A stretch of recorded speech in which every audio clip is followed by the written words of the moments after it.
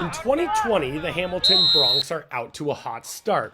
They're undefeated at 6-0 with 3 games left in the regular season, still taking on Whitefish next week, followed by Libby and then Polson to finish up the regular season. But it wasn't the easiest road to get here. The Broncs are obviously a team with tons of talent that seems to just regenerate year after year. But after 2019, the Broncs lost senior 4-year starter and All-State quarterback Tyson Rostad as he went to the Grizzlies. While there was fear the gap left would be too big, their quarterback in 2020 has risen to the occasion and is following in his big brother's footsteps. He's just growing every game. You know, he didn't get a lot of reps growing up as a freshman and sophomore just because he had his brother in front of him.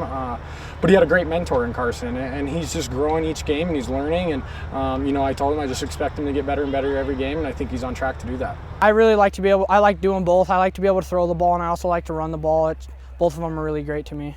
While he does take pride in following up in Carson's legacy, he says the offense they're running this year is a lot different than his brother's style. Last year, Hamilton seemed to overpower teams. This year, they're simply running by them. No, it feels good. He had a really big, run with Hamilton, and I'm just trying to do a little bit of what he did, but I think we got something totally different going on than what we had. I think we're fast. We're really deep in our depth chart, and I just think we're just going to keep on rolling.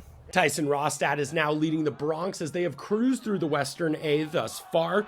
With weapons like running backs Ben Rooney and Ben Tack and wideout Jaden Clement, the offense is on fire. While Tyson has been a terror for opposing defenses, he also plays the other side of the ball and has been just as solid. Yeah, I like to be able to go both ways. I like playing offense and I like playing defense. I think playing both sides of the ball is really fun, and I just like being able to be and try and be that kid that makes plays and make other kids feel good and keep the positivity up and just keep going. While the Broncs are out to a more than ideal start, they still have 3 games left to secure the undefeated season, and then comes playoff time. With Class A seemingly wide open this year, the Broncs know they have to keep their head on a swivel if they want to accomplish their season goals. We're going to take game by game, but all of our dreams have been to go get a state title, and we're just going to do it game by game until we get to that goal.